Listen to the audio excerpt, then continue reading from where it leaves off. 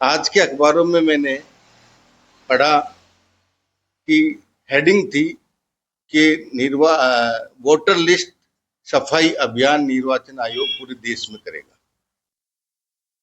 तो मैं ये पूछना चाहता हूं कि क्या पूरे देश में जो निर्वाचन लिस्ट वोटर लिस्ट जो पूर्व में बनी हुई थी, जिसके आधार पर लोकसभा का चुनाव हुआ और इस देश के प्रधानमंत्री बने और बीजेपी की गवर्नमेंट केंद्र में बनी, अगर वो लिस्ट गलत थी और अगर उसमें गलत लोगों ने वोट दे दिए उस वोटर लिस्ट के आधार पे, तो सबसे पहले प्रधानमंत्री जी को इस्तीफा दे करके दोबारा से चुनाव कराना चाहिए और दोबारा से बहुमत लेकर के इस देश का प्रधानमंत्री बनना चाहिए।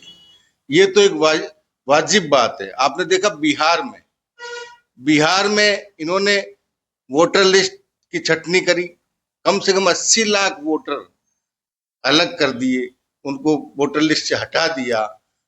और उनमें कौन लोग थे?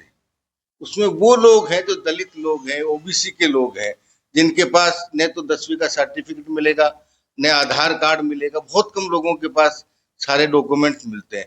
जब आधार कार्ड को पूरे देश में माना जा रहा है तो बिहार में क्यों नहीं माना जा रहा था?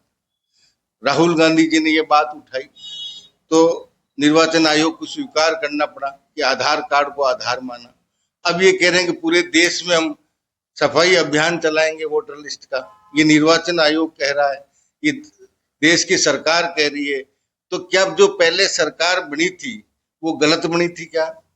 जो गलत वोटर लिस्ट के आधार पर वोट डल के क्या गलत सरकार बन गई, गलत प्रधानमंत्री बन गए? तो या तो ये सरकार भंग हो और सब इस्तीफा दे और दोबारा से लोकसभा चुनाव हो इस नई वोटर लिस्ट के आधार पे, तो ये वाजिब है कि वाकई जिन लोगों को हटाया जाएगा वो गलत लोग